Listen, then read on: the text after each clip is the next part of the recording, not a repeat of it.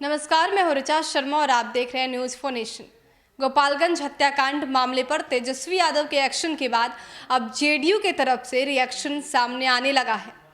JDU के प्रवक्ता नीरज कुमार और आईपीआरडी के मंत्री ने साफ तौर पर तेजस्वी को चुनौती दे दी है और तंज कसते हुए कहा है कि 14 दिन खुद को तो क्वारंटीन कर लिया, लेकिन अपने विधायकों के साथ मिलकर लॉकडाउन की धज्जियां उड़ा दी है तेजस्वी यादव ने। साफ तौर पर नीरज कुमार ने ये कहा है कि जिस तरह से विधायक का मास गैदरिंग देखा इस दौरान राबिया आवास के बाहर, वो कहीं ना कहीं लॉकडाउन की धज्जियां उड़ाता हुआ नजर आया। इसके साथ ही उन्होंने कहा है कि विधायकों के बारे में कौन सोचेगा।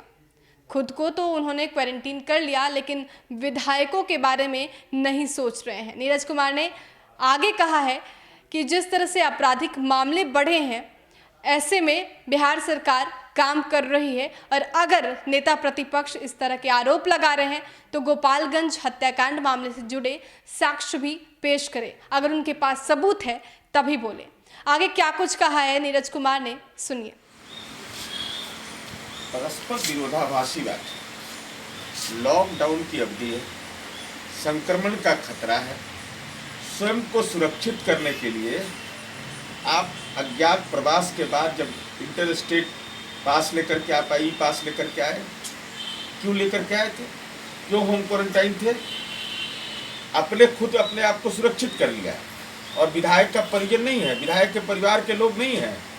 क्या गुनाह था विधायक का? लेकिन यह महत्वपूर्ण विषय यह है कि आपराधिक घटना हुई, मुकम्मल कार्रवाई सुनिश्चित किया गया। जहां पुलिस को जाने में 15 साल में 35 मुकदमे से ऊपर थे, पुलिस का पैर कांपता था 2005 के पहले, हमारी सरकार ने कार्रवाई सुनिश्चित किया। अपराध के मामले में जाति, धर्म, पार्टी, वंश यह मापदंड हमारा नहीं रहा है। हमारा मापदंड है अपराध करोगे कार्रवाई होगी। लेकिन विधायक की गिरफ्तारी को लेकर के वो लगातार सवाल उठा रहे हैं, उनकी बात वो कल भी कह रहे हैं। अब तेजस्वी यादव जी को मालूम है कि नहीं? कम से कम अपने पिताजी से पूछ लेते हैं। उन पर भी 120B का मुकदमा रहा है और 120B षड्यंत्र का मुकदमा है और वह मुकदमा विधायक पर भी है और साथ ही साथ JP यादव पर भी है। उन पर भी यही आरोप है जिनको वो देखने गए थे, तो गिरफ्तार कर लेना चाहिए। इलाज नहीं करवाना चाहिए उस आदमी का? PMCH में इलाज हो रहा है। पुलिस को अनुसंधान करने का अधिकार है 120B में। आपके पास अगर कोई साक्ष्य है तो साक्ष्य दीजिए, अगर नहीं है चिंता मुक्त रहिए। बिहार में हर मामले का उद्भेदन किए है, पताल के अंदर भी रहेगा अपराधी, उसको खोज के निकाल लेंगे। क्या कल के लिए आप लोगों ने मामला भी पुलिस दर्ज की है? लोकतंत्र में कोई खास नहीं होता है ना, आम होते हैं ना सब लोग। आप भी एक नागरिक है, आपको भी एक वोट देने का अधिकार है। तो लॉकडाउन की अवधि में अब तक 2247 FIR दर्ज किए गए। तो अगर इस संबंध में आप लॉकडाउन का अनुपालन नहीं करिएगा, संक्रमण फैल जाएगा, तो ये कम्युनिटी स्प्रेड हो जाएगा। क्या होगा? आखिर कोई नैतिक जिम्मेवारी तो है नहीं। तो कम से कम महामारी अधिनियम को तो पढ़ लेते। खुद के लिए, अपने लिए जब लागू करना था तो ई पास लेकर के आए, और जब राजनीति का एजेंडा तय करना है तो अनुमति भी नहीं ले रहे हैं। ये तो परस्पर विरोधाभासी स्वभाव। इसलिए हम अनुरोध करेंगे कि ऐसे मामले में जब संक्रमण फैल रहा हो, महामारी एक्ट लागू हो, तो राजनीति के संक्रमण से बचिए। और सरकार अपना काम कर रही है, कानून अपना काम करता है, आप चिंता मुक्त रहिए। आपके पास जो भी साक्ष्य है उपस्थापित कराइए, और नहीं तो पुलिस को स्वतंत्र तरीके से काम करने दीजिए। वो कह रहे हैं कि अपराध बढ़े हैं, पूरे बिहार में लगातार बढ़ रहे हैं।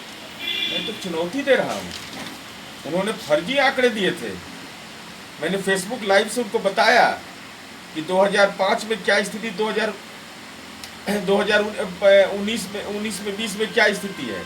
हम तो ये कह रहे हैं, अपराध और विकास के मामले में मैं सीधे तौर पर कह रहा हूँ कि अपना अपना पैतृक गांव में विकास और अपराध, अब तो आंकड़ा सब डिजिटल है, आंकड़ा पर आइए, बहस कर लीजिए, समय और तिथि तय कर लीजिए, जहां मर्जी करे वहां कर लीजिए। हम तो चुनौती दे रहे हैं। ग्राम फुलवरिया का वार्ड नंबर 13 या 14 इनका पैतृक गांव घर है। तो नीरज कुमार ने साफ तौर पर तेजस्वी यादव पर प्रहार किया है और कहा है कि कोरोना संकट में वो कोरोना से नहीं बल्कि राजनीति से संक्रमित हो गए हैं और जिस हिसाब से लॉकडाउन का उल्लंघन किया गया ये सही नहीं है किसी भी तरह से अगर देखा जाए। आपको बता दें कि कल राबड़ी आवास के बाहर हाई वोल्टेज ड्रामा दिखा।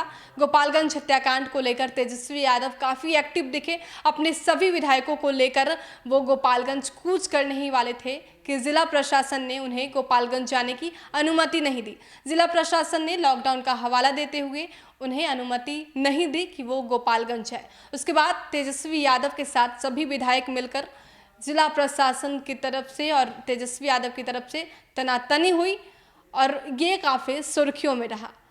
कुछ देर बाद तेजस्वी ने विधानसभा अध्यक्ष के पास जाकर शिकायत पत्र भी दी और उनसे नीतीश सरकार के खिलाफ कई बातें कही और गोपालगंज जाने का प्लान तो कैंसिल कर दिया, लेकिन इतना कहा कि स्पेशल सत्र के माध्यम से इस पर चर्चा करेंगे और नीतीश सरकार के हर उस शिकायत को अध्यक्ष के सामने रखेंगे। देश और दुनिया के तमाम बड़े अपडेट्स के लिए हमारे साथ बने रहिए और देखते रहिए न्यूज़4 नेशन। नमस्कार।